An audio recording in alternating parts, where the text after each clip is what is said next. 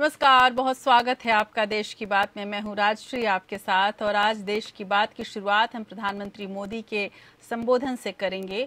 जब कल से ये खबर मिली थी कि प्रधानमंत्री मोदी 4 बजे आज देश को संबोधित करेंगे, तमाम तरह के कयास लगाए जाने लगे थे कि प्रधानमंत्री मोदी आखिर किस बात पर बात करेंगे, यानी कि चीन पर बात करेंगे कि कोरोना पर बात करेंगे कि महंगाई पर बात करेंगे या फिर सियासत की बात करेंगे। आज प्रधानमंत्री मोदी का जब संबोधन सबके सामने आया तो उसमें बहुत कुछ मिला जुला सा था और एक इशारा ज़रूर था ये समझने के लिए हमको और आपको कि अब देश में आने वाले दिनों में ज़्यादा से ज़्यादा चुनाव होने वाले हैं, यानी कि बिहार का चुनाव है, फिर बंगाल का चुनाव है और अन्य राज्यों के भी चुनाव आने वाले हैं और बहुत जल्द आने वाले 1 साल के अंदर तमाम बड़े बड़े राज्यों के अंदर चुनाव होने वाले हैं। इसलिए सरकार की तैयारी भी इस संबोधन में अभी से दिखने लगी।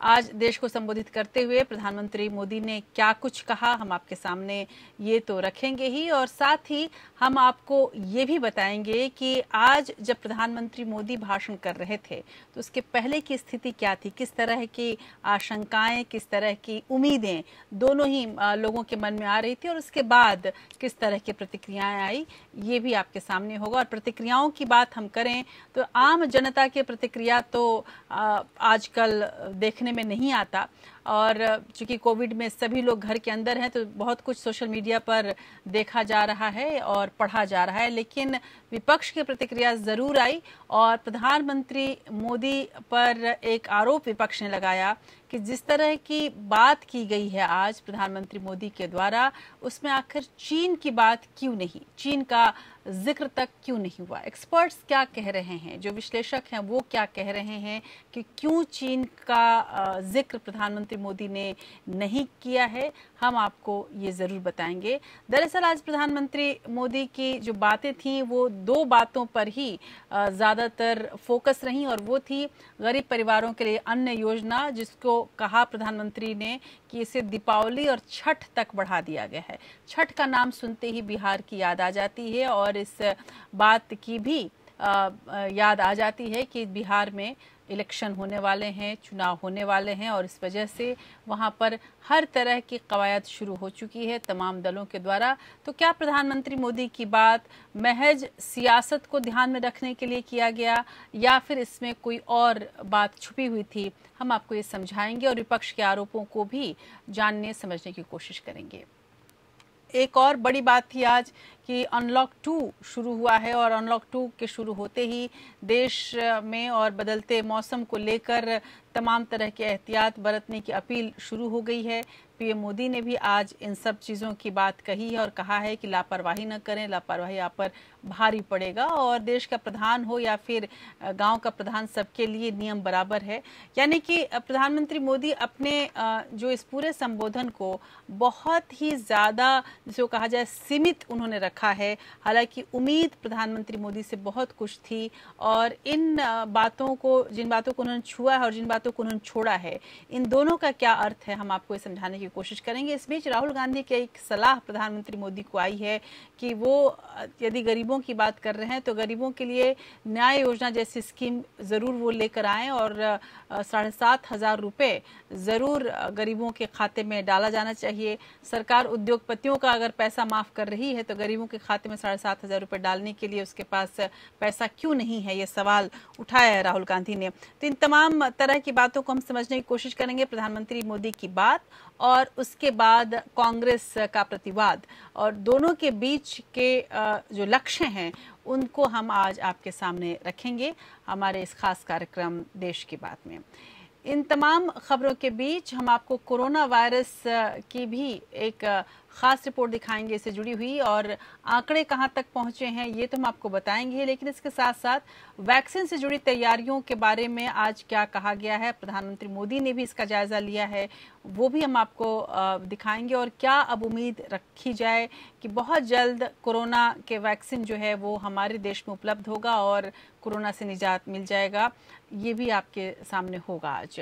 उधर इन तमाम खबरों के बीच 59 चीनी ऐप्स पर जो रोक लगाई गई है उसे चीन सरकार किस तरह से बौखला गई है। गौरतलब है कि भारत में ये जो ऐप्स थे सबसे ज़्यादा लोकप्रिय ऐप्स में शामिल थे और इन तमाम ऐप्स को रोकने से चीन को एक बड़ा घाटा हुआ है और ऐसे में उसे अंतर्राष्ट्रीय कानून की याद आ गई है और अब क्या कहा है उसने ये भी हम आपके सामने रखेंगे।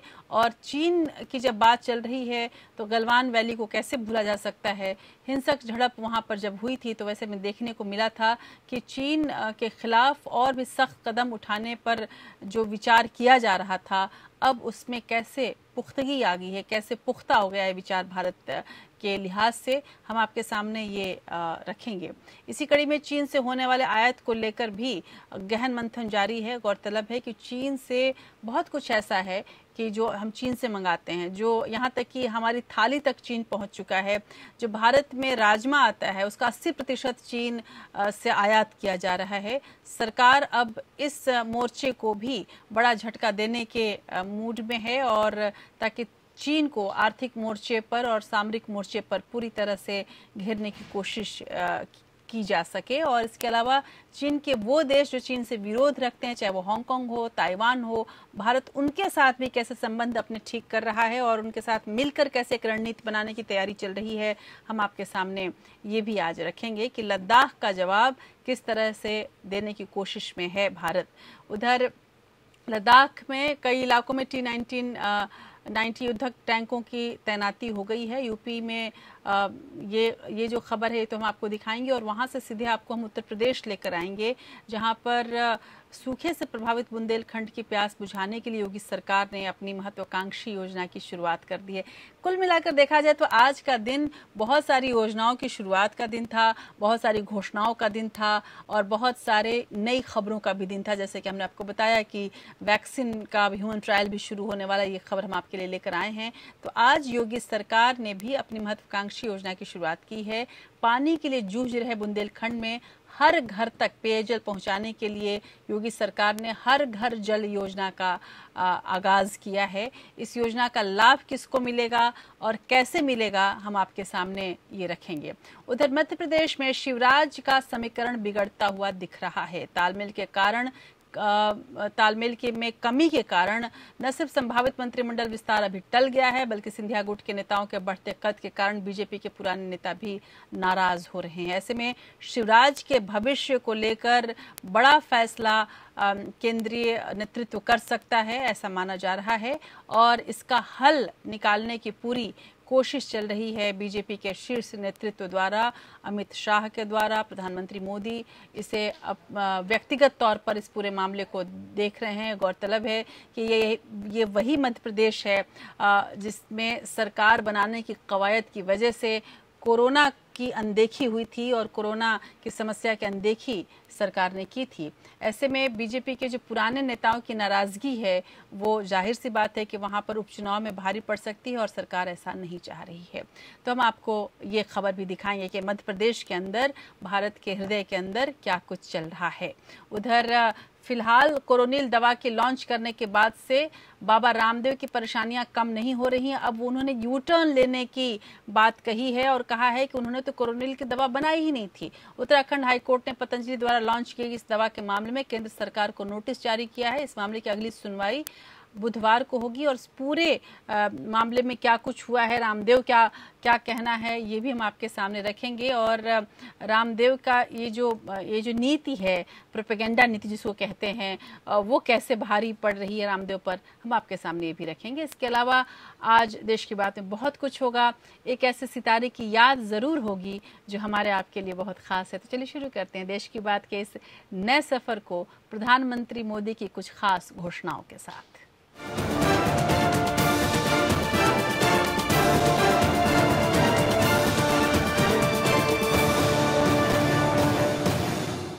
प्रधानमंत्री नरेंद्र मोदी जब 4 बजे देश के सामने आए तो लोगों के मन में बहुत सारी आशंकाएं भी थीं और बहुत कुछ उम्मीद भी। लेकिन लोगों के मन की जो आशंकाएं थी शायद उसका समुचित जवाब प्रधानमंत्री मोदी ने नहीं दिया। हालांकि उन्होंने बातें बहुत की। उन्होंने कहा कि कोरोना संकट काल और चीन से तनाव के बीच देश को, जो उनका ये संबोधन था उसमें इतना कुछ था कि आप अगर उसको समझने के लिए बैठें तो आपको एक के बाद एक नई नई घोषणाओं का दौर दिखेगा। प्रधानमंत्री मोदी ने देश के नाम जब संदेश दिया तो वो इस बार सिर्फ 16 मिनट बोले। ये कोरोना के दौर में उनका अब तक का दूसरा सबसे कम समय का राष्ट्र के नाम संदेश रहा। उन्होंने इस दौर में सबसे छोटा 12 मिनट का संदेश 3 अप्रैल को दिया था। पीएम मोदी का आज का संदेश मुख्य तौर से गरीबों पर फोकस रहा। इसमें उन्होंने प्रधानमंत्री गरीब कल्याण अन्न योजना को नवंबर के आखिर तक बढ़ाने का ऐलान किया। उन्होंने कहा कि ये अब दीपावली और छठ तक रहेगा। इस योजना के विस्तार में 90,000 करोड़ से ज्यादा रुपए खर्च होंगे। पिछले 3 महीने का खर्च भी जोड़ दें तो ये करीब करीब 1.5 लाख करोड़ रुपए हो जाता है। देश में कोरोना संक्रमितों की संख्या लगातार बढ़ रही है। ऐसे में पीएम मोदी ने लोगों में बढ़ी लापरवाही का भी जिक्र किया और उन्होंने बोला कि एक की गलती सब पर भारी पड़ सकती है, लिहाजा सतर्कता दिखाने की खास जरूरत है। पीएम मोदी ने कहा कि गांव का प्रधान हो या देश का प्रधानमंत्री, कोई भी व्यक्ति नियमों से तो ऊपर नहीं हो सकता। प्रधानमंत्री ने यह भी कहा कि one nation one ration card की व्यवस्था हो रही है। इसका सबसे बड़ा लाभ उन गरीबों को मिलेगा जो रोजगार के लिए अपना गांव छोड़कर किसी और राज्य में जाते हैं।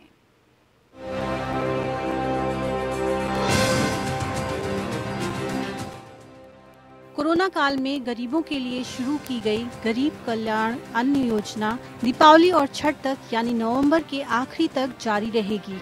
इसके तहत सरकार गरीब परिवार के हर एक सदस्य को 5 किलो गेहूं या 5 किलो चावल मुफ्त देगी। साथ ही प्रत्येक परिवार को हर महीने 1 किलो चना भी मुफ्त दिया जाएगा। प्रधानमंत्री ने कहा, बीते 3 महीनों में 20 करोड़ गरीब परिवारों के जनधन खातों में सीधे 31,000 करोड़ रुपए जमा करवाए गए हैं। इस दौरान 9 करोड़ से अधिक किसानों के बैंक खातों में भी 18,000 करोड़ रुपए जमा हुए हैं। बीते 3 महीनों में 20 करोड़ गरीब परिवारों के जनधन खातों में सीधे 31,000 करोड़ रुपया जमा करवाए गए हैं। इस दौरान 9 करोड़ से अधिक किसानों के बैंक खातों में 18,000 करोड़ रुपए जमा हुए हैं। लॉकडाउन के बाद शुरू हुए अनलॉक में लापरवाही बढ़ने की ओर भी पीएम मोदी ने ध्यान खींचा। प्रधानमंत्री ने कहा कि दुनिया से अगर तुलना करें तो भारत कोरोना के मामले में संभली हुई स्थिति में है, लेकिन अनलॉक में लापरवाही बढ़ती जा रही है। लोगों को लॉकडाउन की तरह ही सतर्कता दिखाने की जरूरत है। जो भी लोग नियमों का पालन नहीं कर रहे हैं, हमें उन्हें टोकना होगा, रोकना होगा और समझाना भी होगा।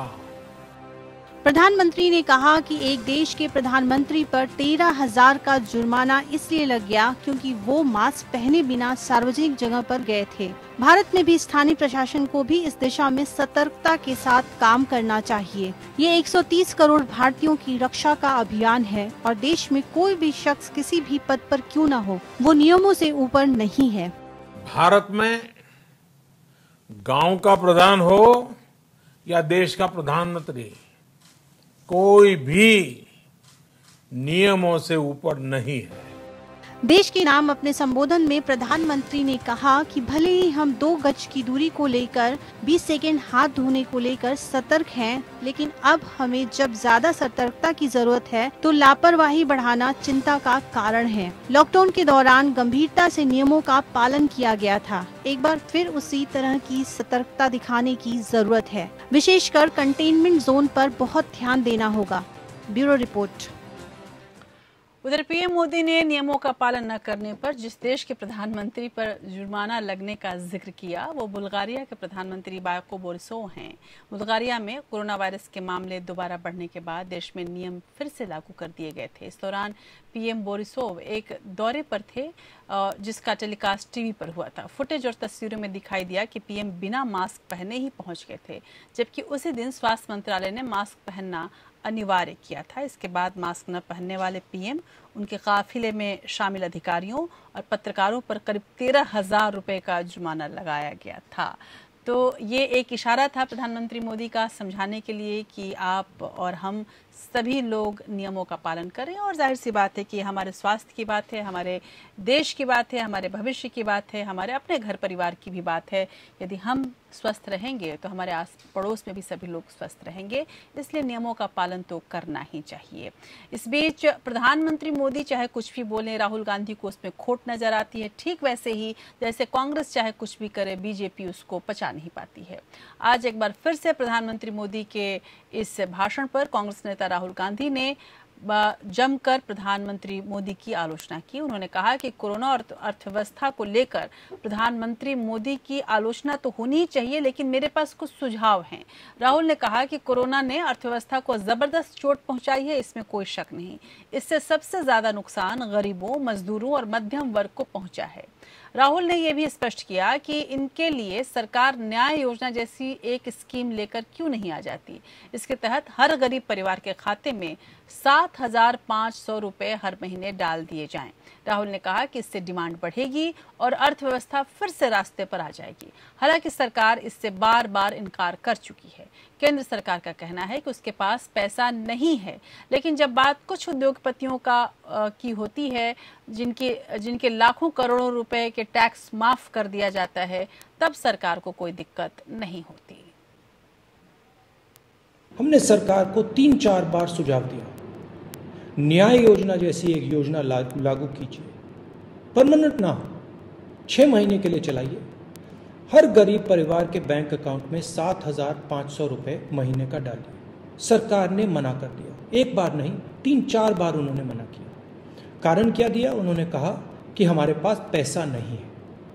मैं देश को याद दिलाना चाहता हूं कि सरकार ने लाखों करोड़ रुपए 15 सबसे अमीर क्रोनी कैपिटलिस्ट का टैक्स माफ। राहुल गांधी यहीं नहीं रुके। प्रधानमंत्री नरेंद्र मोदी ने अपने संबोधन में देशवासियों से कोरोना वायरस की मौजूदा स्थिति और अनलॉक 2 जैसे मुद्दों पर तो बात की। हालांकि उन्होंने अपने संबोधन में चीन के साथ एलएसी पर चल रही टेंशन का एक बार भी जिक्र नहीं किया। बस राहुल गांधी ने इसको मुद्दा बनाया और मुद्दा बनाते हुए ट्वीट के जरिए सवाल उठाए। कहा, चीन के सैनिक लद्दाख में 4 जगहों पर बैठे हैं, लेकिन सरकार ये नहीं बता पा रही है कि चीन की फौज को हिंदुस्तान से कब और कैसे निकालेंगे। राहुल गांधी ने ट्वीट करके शायराना अंदाज में मोदी पर तंज कसा। उन्होंने ट्वीट में लिखा, तू इधर उधर की न बात कर, ये बता कि काफिला कैसे लुटा। मुझे रहजनों से गिला नहीं, पर तेरी रहबरी का सवाल है। और ठीक इसी अंदाज में मुझे याद है कि कैसे संसद में मनमोहन सिंह को सुषमा स्वराज ने घेरा था और पाकिस्तान के मसले पर मनमोहन सिंह को इसी शेर के साथ उन्होंने घेरते हुए कहा था कि तू इधर उधर की बात न कर, ये बता कि काफिला कैसे लुटा। और मनमोहन सिंह ने इसका जवाब देते हुए बहुत शांति से कहा था कि तू मेरा शौक तो देख, तू मेरा दीद तो देख, मेरा शौक तो देख। तो कहने का मतलब था कि वो बड़ा माहौल एक अलग सा हो गया था। इस बार का जो ये माहौल है वो थोड़ा अलग है। इस बार का माहौल कुछ यूं है कि जब भी कांग्रेस हमला कर रही है बीजेपी पर, बीजेपी उससे दोगुना तेजी से हमला कर रही है। और बीजेपी जब भी कोई अच्छा काम कर रही है, चाहे प्रधानमंत्री मोदी स्वयं कुछ भी अच्छा कर रहे हैं, कांग्रेस उसकी आलोचना कर रही है। तो ये शेरो शायरी का जो अंदाज है शायद वो बदल गया है और मनमोहन सिंह की ज़बान में ये कहा जा सकता है कि तू मेरा इंतज़ार तो देख, तू मेरा शौक़ तो देख। लेकिन इस इंतज़ार को और इस शौक़ को देखने का कोई जिसको बोला जाए दोनों ही दलों की तरफ से कोई कोशिश नहीं की जा रही है और दोनों ही ये मान के चल रहे हैं कि एक दूसरे के दीद के काबिल वो नहीं है। उधर अच्छी बात है, दीद का मतलब होता है देखना, और आने वाले दिनों में हम बहुत कुछ अच्छा देखने वाले हैं। इस उम्मीद के साथ एक अच्छी खबर मैं आपको ज़रूर सुनाऊं कि देश में कोरोना संक्रमितों की संख्या भले ही 5,68,000 से ऊपर हो गई है। सोमवार को 18,339 नए मरीज भी सामने आए हैं। तमिलनाडु में संक्रमण तेजी से बढ़ रहा है। सबसे ज़्यादा संक्रमितों वाले राज्यों में तमिलनाडु महाराष्ट्र के बाद अब दूसरे नंबर पर आ गया है। लेकिन इसी बीच ड्रग कंट्रोलर संस्थान ने भारत बायोटेक को कोरोना वैक्सीन वैक्सीन के मानव परीक्षण यानी ह्यूमन ट्रायल की अनुमति देती है। कोरोना से लड़ने के लिए स्वदेशी वैक्सीन को भारत बायोटेक ने बनाया है। ये देश की पहली वैक्सीन है जिसके ह्यूमन ट्रायल की इजाजत मिली है। देश में कोरोना की पहली वैक्सीन कोवैक्सीन के ह्यूमन ट्रायल को मंजूरी मिल गई है। हैदराबाद की फार्मा कंपनी भारत बायोटेक ने इसे तैयार किया है। Indian council of medical research ICMR और national institute of virology Pune के साथ मिलकर इसे बनाया गया है। Drug controller general of India ने कोवैक्सीन के ह्यूमन ट्रायल को अपनी अनुमति प्रदान की। इसके प्री क्लिनिकल ट्रायल कामयाब हो रहे थे। इसके बाद इंसानों पर ट्रायल को मंजूरी मिली। जुलाई से ह्यूमन ट्रायल की शुरुआत होगी। ये देश में तैयार होने वाली कोरोना की पहली वैक्सीन है। इस बीच देश में पिछले 24 घंटे में कोरोना संक्रमण के 18,522 नए मामले सामने आए। इस दौरान 418 लोगों की मौत भी हुई। देश में कोरोना संक्रमितों की संख्या बढ़कर 5,66,840 हो गई है। इसमें से 2,15,125 मामले एक्टिव हैं। वहीं 3,34,822 लोग ठीक हो चुके हैं। अब तक 16,893 लोगों की मौत हुई है। 29 जून तक 86,08,654 सैंपल की जांच की जा चुकी है। अब संक्रमण देश के छोटे जिलों में भी बढ़ रहा है। कुछ जिलों में मौतें 200 से भी ज्यादा हो गई हैं और मृत्यु दर तेजी से बढ़ रही है। इसमें महाराष्ट्र के सोलापुर और जलगांव शामिल हैं। यहाँ मृत्यु दर सबसे ज्यादा मौतों वाले जिलों जैसे मुंबई, अहमदाबाद, ठाणे और कोलकाता से ज्यादा है। सोलापुर में मृत्यु दर 9.75% और जलगांव में 6.90% है। वहीं मुंबई में मृत्यु दर सिर्फ 5.78% है, जबकि यहाँ मौतें 4,500 के करीब पहुँच गई हैं। तमिलनाडु सरकार ने भी 31 जुलाई तक जनरल लॉकडाउन बढ़ा दिया है। चेन्नई और आसपास के इलाकों में 5 जुलाई तक सख्त लॉकडाउन लागू रहेगा, जबकि पूरे राज्य में जुलाई में हर रविवार सख्त लॉकडाउन रहेगा। वहीं महाराष्ट्र में भी लॉकडाउन 31 जुलाई तक बढ़ाया गया है। इससे पहले पश्चिम बंगाल और झारखंड में लॉकडाउन 31 जुलाई तक और मणिपुर में 15 जुलाई तक बढ़ाया जा चुका है। Bureau report, APN news. उधर कोरोना वायरस की वैक्सीन से जुड़ी तैयारियों का प्रधानमंत्री नरेंद्र मोदी ने खुद जायजा लिया। एक हाई लेवल मीटिंग में उन्होंने अधिकारियों से इस दिशा में उठाए गए कदमों की जानकारी ली। पीएम मोदी ने अधिकारियों से कहा कि समय से टीका विकसित करने और लोगों तक पहुंचाने के लिए तकनीक का पूरा इस्तेमाल किया जाए। उन्होंने ये भी कहा कि बड़े स्तर पर टीकाकरण की योजना जल्द तैयार होनी चाहिए। भारत में कोविड-19 वैक्सीन का ह्यूमन ट्रायल शुरू हो गया है। बाकी 3 वैक्सीन डेवलपमेंट फेज में हैं। खबरों की माने तो सरकार ने वैक्सीन के वितरण को लेकर कुछ सिद्धांत बनाए हैं। सबसे पहले टीकाकरण उनका होगा जिन्हें खतरा ज्यादा है। ऐसे लोगों में doctor, nurse, health care professionals, non medical frontline workers शामिल होंगे। अगर कोई भारतीय वैक्सीन नहीं बन पाती तब भी डिस्ट्रीब्यूशन में भारत की बड़ी भूमिका रहेगी। भारत में बल्क वैक्सीन मैन्युफैक्चरिंग का साइज और क्षमता बेहद ज्यादा है और दुनिया भर में मशहूर है। जिस पैमाने पर वैक्सीन बनाने की जरूरत होगी वो बिना भारत की मदद के संभव ही नहीं हो पाएगा। ऐसे में वैक्सीन कोई भी बनाए, भारत को किनारे तो नहीं किया जा सकता। उधर भारत के साथ सीमा विवाद भड़काने का खामियाजा चीन को न केवल सामरिक रूप से उठाना पड़ा है बल्कि उसे भारी भरकम आर्थिक झटका भी सरकार दे रही है। और इसलिए ये कहा जा सकता है कि प्रधानमंत्री मोदी बोलने में नहीं बल्कि करने में यकीन रखते हैं। भले ही उन्होंने आज चीन का नाम अपने संबोधन में नहीं लिया, लेकिन बड़े झटके की तैयारी चीन को देने के लिए शुरू हो गई है। और इसकी शुरुआत चीनी मोबाइल ऐप्स पर बैन लगाकर भारत ने किया है। भारत ने इसे एक नए कूटनीतिक पासे के रूप में फेंका है, क्योंकि इन ऐप्स से मिलते जुलते फीचर्स वाली ऐप की कमी नहीं है, इसलिए लोगों को खास असर नहीं होगा। मगर चीन के लिए भारत का ऐप मार्केट न सिर्फ बहुत बड़ा था बल्कि वो काफी तेजी से बढ़ रहा था। यानी हर लिहाज से चीन के कारोबारी हितों को नुकसान पहुंचाने वाला ये एक बड़ा फैसला है। जिन 59 चीनी मोबाइल ऐप्स को सरकार ने बैन किया है उन्हें अब भारत में डाउनलोड और इसका इस्तेमाल नहीं किया जा सकेगा। ये फैसला चीनी कारोबारियों और चीन के लिए भारत की ओर से एक अहम संदेश है। भारत उन देशों में शामिल है जहां इंटरनेट के दाम दुनिया में सबसे कम हैं। देश में करीब 80 करोड़ से ज्यादा उपभोक्ता हैं। इनमें से आधे से अधिक स्मार्टफोन यूजर्स 25 साल या उससे कम उम्र के हैं।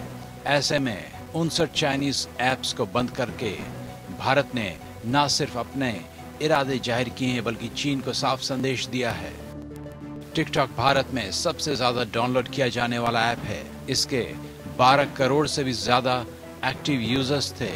ये उन इलाकों में युवाओं के बीच खासा लोकप्रिय था जो आमतौर पर आधुनिक सुविधाओं से अछूते हैं। भारतीय युवा इन चीनी ऐप्स पर अच्छा खासा समय बिताते थे, यानी चीन इनके सामने जैसा चाहता वैसा कंटेंट परोस सकता था। अब भारत ने बैन लगाकर इन चीनी ऐप्स के लिए एक बहुत बड़े मार्केट के दरवाजे बंद कर दिए हैं। भारतीय डिजिटल स्ट्राइक प्रारंभ हो गई है। 59 चाइनीज ऐप्स को बैन कर दिया गया है और ये जो ब्लॉकिंग ऑर्डर है वो केंद्रीय सरकार ने सेक्शन 69A भारत के सूचना प्रौद्योगिकी कानून के तहत दिया है। अब ये ब्लॉकिंग या बैनिंग इसलिए हुआ है क्योंकि ये ऐप्स कहीं ना कहीं भारत की प्रभुता, अखंडता या सुरक्षा को नकारात्मक रूप से प्रभावित करते हैं। टिकटॉक के अलावा UC browser, Viva video, share it, hello जैसे सोशल मीडिया प्लेटफॉर्म खासे मशहूर हैं। इन चीनी ऐप्स के बंद हो जाने से अच्छा खासा आर्थिक नुकसान होगा।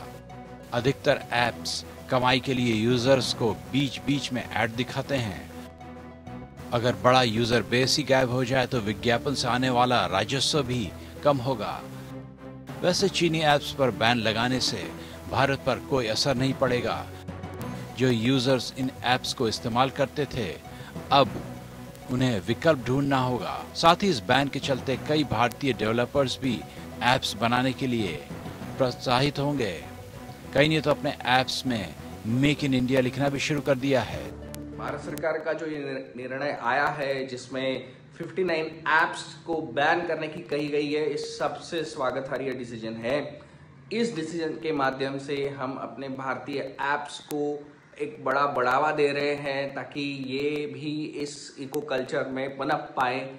करोड़ों का बिजनेस करते रहे। टिकटॉक तो दिन का 3.5 करोड़ का बिजनेस करता था। ये बिजनेस भारतीय उद्योजक को मिलेगा, उससे भारत की प्रगति होगी। आत्मनिर्भर जो योजना है उससे हम आगे बढ़ पाएंगे। विशेषज्ञों के मुताबिक इस वर्चुअल स्ट्राइक के जरिए भारत चीन को ज्यादा प्रभावी और मजबूत जवाब दे सकता है। भारत में मुख्य रूप से 4 तरह के चीनी ऐप का बाजार है। इनमें पहला आर्थिक लेन देन, दूसरा खरीदारी, तीसरा मजाकिया ऐप और चौथा चीनी दुष्प्रचार को बढ़ावा देने वाले ऐप हैं। इन्हें भारतीय बाजार से कभी भी निकाला जा सकता है और इसका ज्यादा असर भारत पर नहीं पड़ेगा क्योंकि ये चीनी सामान के बहिष्कार से ज्यादा कारगर साबित होगा।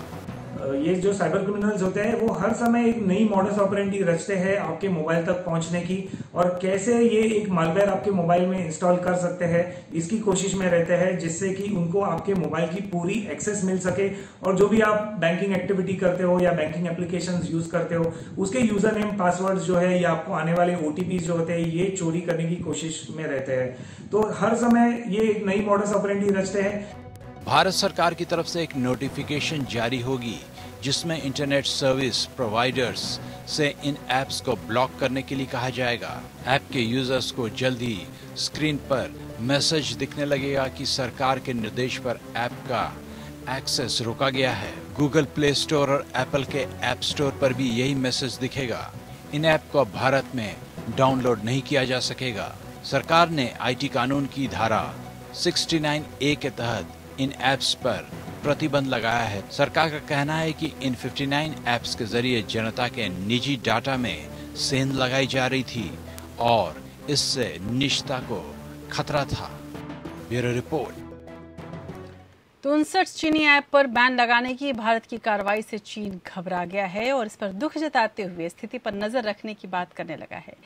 चीन के विदेश मंत्रालय ने अपने बयान में कहा कि हम कहना चाहते हैं कि चीनी सरकार हमेशा से अपने कारोबारियों को अंतर्राष्ट्रीय और स्थानीय नियमों को पालन करने को कहती है। भारत सरकार पर चीनी समेत सभी अंतर्राष्ट्रीय निवेशकों के कानूनी अधिकारों की रक्षा करने की जिम्मेदारी है। उधर भारत और चीन के बीच जारी तनातनी का बड़ा असर अब दिखाई पड़ने लगा है, इसमें कोई शक नहीं। सरकार ने देश में इस्तेमाल हो रही 59 चीनी मोबाइल ऐप पर रोक तो लगा दी ही है। उसके अलावा भारत के युवाओं में इन ऐप का जो क्रेज था उसको लेकर तरह तरह की प्रतिक्रियाएं आ रही हैं। हालांकि इस क्रेज को आप इस तरह से समझ सकते हैं कि इन ऐप्स का डिजिटल मार्केट पर एक बड़ा कब्जा था, एक बड़ा हिस्सा इनके पास था। इस बीच इसको लेकर राजनीति होनी थी, सो राजनीति शुरू हुई। कांग्रेस ने सरकार के फैसले का स्वागत तो किया, लेकिन साथ ही कई सवाल उठाए हैं। राहुल गांधी ने भी मनमोहन सिंह के समय और वर्तमान में मोदी सरकार के वक्त चीन के साथ व्यापार का एक ग्राफ शेयर करके केंद्र सरकार पर निशाना साधा है और इस ग्राफ के जरिए राहुल गांधी बताना चाहते हैं कि मनमोहन सिंह के समय की स्थिति क्या है और मोदी जी के समय की स्थिति क्या है। आप इस ग्राफ को देखें और इस खबर को देखें और फिर मन ही मन में सोचें कि आखिर हम किस राह पर हैं, हम क्या सही रास्ते पर हैं या नहीं।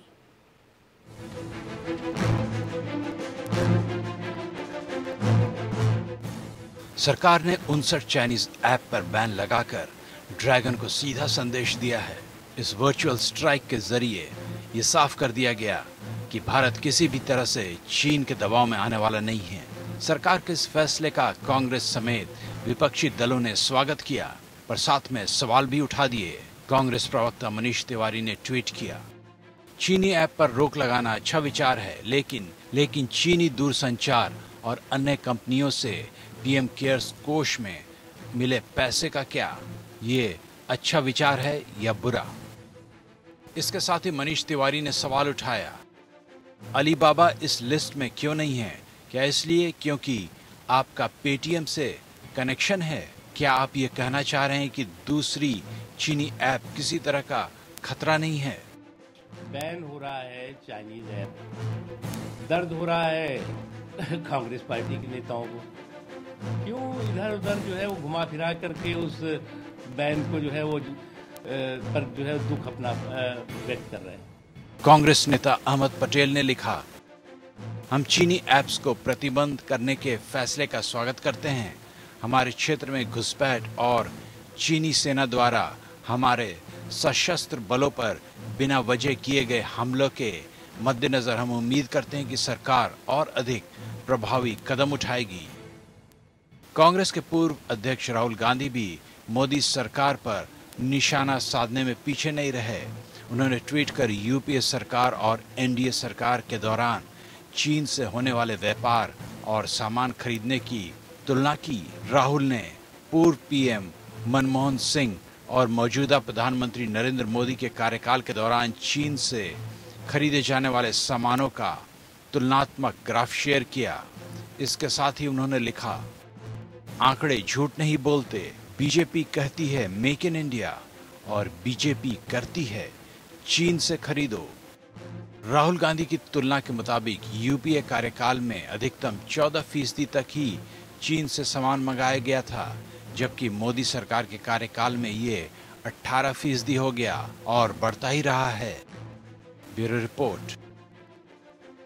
उधर लद्दाख में जारी तनाव को लेकर भारतीय मीडिया से चीन किस तरह से खार खाया हुआ है तो हम आपको बताएंगे। इसके अलावा हम आपको ये भी बता दें कि पेटीएम इस वक्त सबसे लोकप्रिय ऐप्स में शामिल है और ख़ास करके ऑनलाइन पेमेंट के लिए पेटीएम का यूज किया जाता है, उपयोग किया जाता है। छोटी सी कंपनी थी और जिसको नोटबंदी में बहुत फ़ायदा हुआ और वो घर घर तक पहुंच गई और पेटीएम एक तरह से वैसे ही ज़रूरी हो गया जैसे कि आधार कार्ड हमारे लिए ज़रूरी कर दिया गया। इसके साथ ही कुछ ही दिनों के बाद वो व्यापार इतना बढ़ा पेटीएम का कि उसमें अलीबाबा ने सबसे ज़्यादा स्टेक्स लगा दिए हैं। अलीबाबा जो कि सबसे बड़ी कंपनी है चीन की, पेटीएम पर फिलहाल कोई रोक नहीं लगाई गई है। इसके पीछे सरकार की क्या सोच है ये आने वाले दिनों में पता चल जाएगा, लेकिन इसमें कोई शक नहीं कि सरकार पेटीएम पर भी बैन लगाने के लिए बहुत जल्द सोच रही है। या अलीबाबा का शेयर कैसे पेटीएम हटाएगा ये तो संभव नहीं है। ऐसे में एक क्या विकल्प हो सकता है इस पर सरकार सोचेगी। उधर चीन की यदि हम बात करें तो चीन मीडिया, खासकर भारतीय मीडिया से काफ़ी नाराज है। भारतीय न्यूज़ वेबसाइट्स को ब्लॉक कर दिया गया है। वहाँ पे चीन में इन वेबसाइट्स को अब खोला नहीं जा सकेगा, जबकि चीन सरकार के न्यूज़पेपर वेबसाइट्स अब भी भारत में आसानी से काम कर रहे हैं। अपने दमनकारी सेंसरशिप के लिए बदनाम चीन को डर है कि भारतीय मीडिया के जरिए वहाँ के लोगों को सही जानकारी मिल सकती है। ऐसा इसलिए है क्योंकि चीन में जितने भी मीडिया हाउसेज हैं वो सभी सरकारी स्वामित्व वाले हैं और बिना कम्युनिस्ट पार्टी की मंजूरी के वो कुछ भी नहीं लिख सकते। इसी डर से चीन ने भारतीय न्यूज वेबसाइट्स को ब्लॉक कर दिया है। उधर इसके अलावा हम ये भी आपको बता दें कि ये ब्लॉकिंग जो हुई है, इसके अलावा चीन की चालबाजी का जवाब किस तरह से भारत दे रहा है उस पर जरूर नजर रखना होगा। मोदी सरकार ने इस पर अमल शुरू किया ऐप्स पर बैन के साथ। इसके अलावा लद्दाख में भारतीय सेना दुश्मन की आंखों में आंखें डालकर जिस तरह से खड़ी है वो अपने आप में ड्रैगन के लिए एक बड़ा जवाब है। ड्रैगन की गुस्ताखियों का जवाब देने के लिए भारत आर्थिक मोर्चे पर उसे लगातार झटके पर झटके दे रहा है। अब खबर यह भी है कि केंद्र सरकार चीन से आयात होने वाले सामान को लेकर विचार विमर्श कर रही है। इस बारे में संबंधित मंत्रालयों, विभागों, संगठनों और लोगों से बात की जा रही है कि किस तरह से चीन पर से निर्भरता कम की जाए और कैसे भारत को आत्मनिर्भर बनाने की दिशा में आगे बढ़ाया जाए। खबरों की यदि माने तो चीनी ऐप्स पर प्रतिबंध के बाद अब सरकार से बड़े पैमाने पर होने वाले आयात को रोकने की तैयारी के लिए कहा गया है और सरकार इसी पर विचार कर रही है। गौरतलब है कि इस वक्त चीन की जो आयात भारत जो चीन से आयात कर रहा है उसकी प्रतिशतता बहुत ज़्यादा है और आप बहुत हद तक कह सकते हैं कि बहुत सारी चीज़ों के लिए हम चीन पर निर्भर हो चुके हैं। ऐसे में ये झटका देना चीन को ज़्यादा मुफीद होगा। देखिए रिपोर्ट। चीन को आर्थिक मोर्चे पर भी चोट पहुंचाने के लिए सरकार के अंदर चीनी सामान के आयात पर प्रतिबंध को लेकर मंथन शुरू हो गया है। खबरों के मुताबिक कोई भी निर्णय लेने से पहले सरकार ने औद्योगिक संगठनों, मैन्युफैक्चरिंग एसोसिएशन, निर्यातकों समेत इस क्षेत्र से जुड़े तमाम लोगों से राय मांगी है। केंद्र सरकार ने पूछा है कि चीन से होने वाले आयात पर प्रतिबंध लगाने की स्थिति में वो कितने सहज होंगे। औद्योगिक संगठनों, मैन्युफैक्चरिंग इकाइयों और निर्यातकों से खास तौर पर विकल्प की तैयारी के बारे में पूछा गया है। टेलीकॉम और चीनी ऐप पर कुछ हद तक प्रतिबंध के बाद अब केंद्र सरकार चीन से आयात पर सख्त लगाम लगाने की तैयारी कर रही है। केंद्र सरकार औद्योगिक संगठनों और एक्सपोर्ट प्रमोशन काउंसिल से चीन से आयात होने वाले सामानों की सूची पहले ही मांग चुकी है ताकि ये सुनिश्चित किया जा सके कि किन किन वस्तुओं का निर्माण देश में ही आसानी से और तत्काल रूप से किया जा सकता है ताकि प्रतिबंध लगाने पर भारतीय मैन्युफैक्चरर्स का कोई नुकसान न हो। इसके अलावा ये भी देखा जा रहा है कि चीन के बजाय और कहां से जरूरी सामान और खास तौर से कच्चा माल मंगाया जा सकता है। खबर है कि मोदी सरकार औद्योगिक जगत से चीनी सामान के विकल्प और उसकी जगह भारतीय मैन्युफैक्चरिंग को स्थापित करने के मामले में भी सुझाव ले रही है। सरकार को भी पता है कि दवा, ऑटो पार्ट्स, मोबाइल और अन्य इलेक्ट्रॉनिक्स, केमिकल्स जैसे कई क्षेत्र में चीन से कच्चे माल की सप्लाई नहीं होने पर उत्पादन संभव नहीं है। दवा निर्माण के कच्चे माल यानी API के लिए 90% तक भारत चीन पर निर्भर है। इस तरह 70% मोबाइल फोन के लिए भारत की निर्भरता चीन पर है। इस बीच खबर है कि सरकार और औद्योगिक संगठनों के बीच इस बात की सहमति बनती नजर आ रही कि सरकार को साहसिक फैसला लेना होगा, भले ही कुछ दिनों के लिए महंगा सामान ही क्यों न खरीदना पड़े। इसके अलावा सभी क्षेत्रों में भारतीय कंपनियों को ट्रायल ऑर्डर देने की शुरुआत होनी चाहिए और उसमें कमी या देरी पर जुर्माने की शर्त नहीं होनी चाहिए। इस तरह के फैसले से भारतीय कंपनियों को चीन का मुकाबला करने में मदद मिलेगी। Bureau report. तो आर्थिक मोर्चे के साथ सामरिक मोर्चे पर भी भारत ने चीन की घेराबंदी की है। जैसे कि हमने आपको बताया कि सेना आंखों में आंखें डाले खड़ी है चीन के। उधर लद्दाख के इलाके में चीन की मौजूदगी को देखते हुए भारत ने भी जवाबी तैयारी पुख्ता कर ली है। इसी कड़ी में सेना ने गलवान वैली इलाके में अत्याधुनिक T-90 टैंकों की तैनाती कर दी है। तनाव कम करने के लिए भारत चीन में हो रही कमांडर स्तर की बातचीत के बीच भारतीय सेना अपनी तैयारियों में कोई कमी नहीं रखना चाहती। लद्दाख में जारी तनाव के बीच भारत और चीन के साथ वार्ता का दौर लगातार जारी रहे। हालांकि चीन के फितरत को देखते हुए भारत कोई भी चांस लेने के मूड में नहीं है। यही कारण है कि लद्दाख में तनाव वाले इलाकों में भारत अपनी रक्षा और सुरक्षा के लिए पूरा इंतजाम कर रहा है। भारत और चीन के बीच सीमा पर जारी विवाद को कम करने के लिए दोनों देशों के बीच बातचीत लगातार जारी है। हालांकि बातचीत के साथ ही भारतीय सेना ने चीन की किसी भी गलत हरकत का मुंहतोड़ जवाब देने की तैयारी भी की है। सेना ने पूर्वी लद्दाख सीमा पर T-19 टैंक तैनात किए हैं। भारतीय सेना LAC के अपने हिस्से के भीतर इस क्षेत्र में प्रमुख ऊंचाइयों पर स्थिति को मजबूत कर रही है। इसके अलावा गलवान घाटी सेक्टर में एंटी टैंक मिसाइल सिस्टम को भी अलर्ट पर रखा गया है। भारतीय सेना का ये कदम चीन द्वारा पूर्वी लद्दाख सीमा पर बड़ी संख्या में सैनिक और हथियार तैनात करने के बाद सामने आया है। भारतीय सेना ने सीमा पर हॉवित्जर तोपों के अलावा 2 टैंक रेजिमेंट भी चुशुल सेक्टर में तैनात कर दी है। चीनी सेना द्वारा भारत के साथ डील करने की कोशिश की जा रही है, लेकिन भारतीय सेना यथास्थिति बहाल करने की मांग पर अड़ी है। खबरों के मुताबिक गलवान घाटी में तापमान बेहद कम रहता है। इस वक्त ही गलवान नदी का तापमान -10 डिग्री के आसपास है। ऐसे में जब सर्दियों का मौसम आएगा तो चीनी सेना के लिए यहाँ रुकना बेहद मुश्किल हो जाएगा। इसके अलावा सैन्य अनुभव के मामले में भारतीय सेना आगे है। भारत को पाकिस्तान के साथ सियाचिन और करगिल में लड़ाई लड़ने के कारण ऊंचे इलाकों में युद्ध लड़ने का अभ्यास भी है। साल 1984 के बाद से भारतीय सेना को उच्च ऊंचाई वाले युद्ध क्षेत्र के लिए प्रशिक्षित किया जाता है।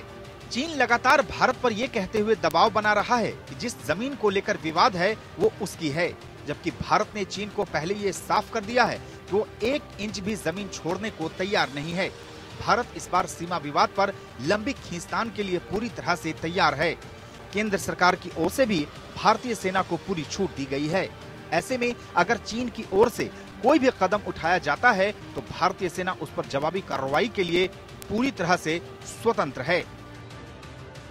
Bureau report.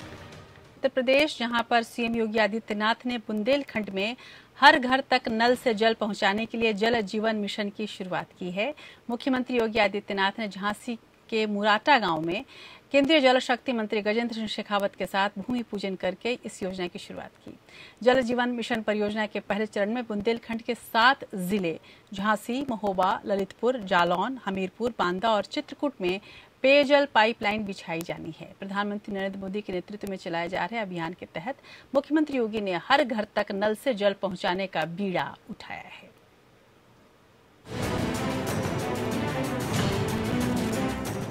CM Yogi Adityanath ने बुंदेलखंड के हर घर में पानी पहुंचाने की योजना की शुरुआत की। हर घर नल से जल योजना के तहत बुंदेलखंड में 2185 करोड़ की 12 ग्रामीण पाइप पेयजल योजनाओं के निर्माण कार्य की शुरुआत हुई। झांसी के मुराटा गांव में सीएम योगी आदित्यनाथ ने केंद्रीय जल शक्ति मंत्री गजेंद्र सिंह शेखावत के साथ भूमि पूजन किया। इस जल जीवन मिशन की शुरुआत झांसी, महोबा और ललितपुर से हो रही है। बुंदेलखंड में सब कुछ तो था, लेकिन राजनीतिक नेतृत्व आजादी के बाद से अगर बुंदेलखंड पर अपेक्षित ध्यान देता तो बुंदेलखंड गरीबी, सूखा या पलायन की मार नहीं झेलता। पहले चरण में बुंदेलखंड के 7 जिले झांसी, महोबा, ललितपुर, जालौन, हमीरपुर, बांदा और चित्रकूट में पाइपलाइन बिछाई जानी है। इन जिलों के अंतर्गत कुल 4513 राजस्व ग्राम है, जिनमें से 891 गाँव में पहले ही पेयजल योजनाएं चल रही है। बाकी बचे 3622 राजस्व गाँव के लिए इस नई योजना की शुरुआत की गई है। इससे करीब 67 लाख आबादी को लाभ मिलेगा और ये परियोजना 4 चरणों में पूरी होगी। प्रधानमंत्री जी ने चित्रकूट में बुंदेलखंड एक्सप्रेस वे की नींव रखी थी। डिफेंस कॉरिडोर के भी 2 महत्वपूर्ण नोड बुंदेलखंड को प्रधानमंत्री जी ने दिए हैं। बुंदेलखंड में जो तोप बनेगी वह सीमा पर जब जाकर के दुश्मन के दांत खट्टे करेगी तो बुंदेलखंड के नौजवानों की भुजाएं भी फड़कती हुई दिखाई देंगी। हर घर नल की योजना को साकार करना है और इसको धरती पर उतारने के लिए पिछले 1.5 साल से जो कवायद चल रही थी, कार्रवाई चल रही थी, आज वह धरती पर उतर रही है। सूखे के अभिशाप से जूझ रहे बुंदेलखंड में पेयजल योजनाएं तो बहुत शुरू हुई है, लेकिन तमाम जिले अब भी सूखे की मार झेल रहे हैं। इसी परेशानी को देखते हुए लोकसभा चुनाव के दौरान प्रधानमंत्री नरेंद्र मोदी ने बांदा की रैली से जल जीवन मिशन की घोषणा की थी, जिस पर सीएम योगी आदित्यनाथ ने अमल शुरू कर दिया है। Bureau report. और अब बात करते हैं बाबा रामदेव की, जिन पर कोरोनिल दवा भारी पड़ी है। बाबा रामदेव के पतंजलि आयुर्वेदिक संस्थान द्वारा कोरोना की दवा कोरोनिल बनाने का दावा करके उन्होंने अपने लिए मुसीबत खड़ी कर ली है। इस मामले में केंद्र सरकार के आयुष मंत्रालय ने पतंजलि पर दवा के प्रचार प्रसार पर रोक तो लगा ही दी है।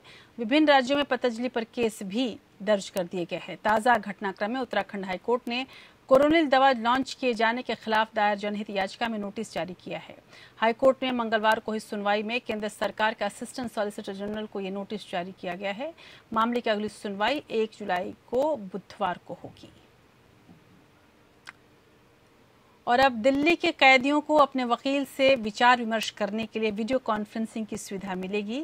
दिल्ली जेल प्राधिकरण के एक अधिकारी ने दिल्ली उच्च न्यायालय को सूचित किया है कि उसने तिहाड़ जेल के जेल नंबर 6 में निजी वकील के साथ कानूनी साक्षात्कार के उद्देश्य से वीडियो कॉन्फ्रेंसिंग की सुविधा शुरू की है और ये सुविधा बाकी जेलों तक विस्तारित की जाएगी। मामला अपनी पसंद के अधिवक्ताओं के साथ विचाराधीन कैदियों के कानूनी साक्षात्कार और कानूनी परामर्श को निलंबित करने के आदेश को चुनौती देने वाली याचिका का था, जिसकी सुनवाई के दौरान जेल प्राधिकरण ने अपनी स्थिति की रिपोर्ट दी है। इस स्टेटस रिपोर्ट के अनुसार किसी के निजी वकील से टेलीफोन पर संपर्क करने की सुविधा पहले ही जेल के कैदियों को मुहैया करा दी गई थी। यह स्पष्ट किया गया है कि जमानत आदि जैसे जरूरी मामलों में वीडियो कॉन्फ्रेंसिंग के अनुरोध पर भी विचार किया जाएगा। और के वेणुगोपाल को दोबारा 1 वर्ष के लिए भारत का अटॉर्नी जनरल नियुक्त किया गया है। उनका वर्तमान का 3 वर्षीय कार्यकाल मंगलवार को समाप्त हो रहा है। वेणुगोपाल ने बतौर अटॉर्नी जनरल 30 जून 2017 को मुकुल रोहतगी के स्थान पर ग्रहण किया था। वहीं सॉलिसिटर जनरल तुषार मेहता को भी एक और कार्यकाल मिला है। सरकार ने 3 साल के लिए फिर से उन्हें सॉलिसिटर जनरल नियुक्त किया है। नई अधिसूचना में 6 नए अतिरिक्त सॉलिसिटर जनरल बनाए गए हैं, यानी कि ASG बनाए गए हैं। इस सूची में senior advocate Balbir Singh, Surya Prakash V Raju, Rupinder Singh Suri, N Venkataraman, Jayant Sood और ऐश्वर्या भाटी का भी नाम शामिल है।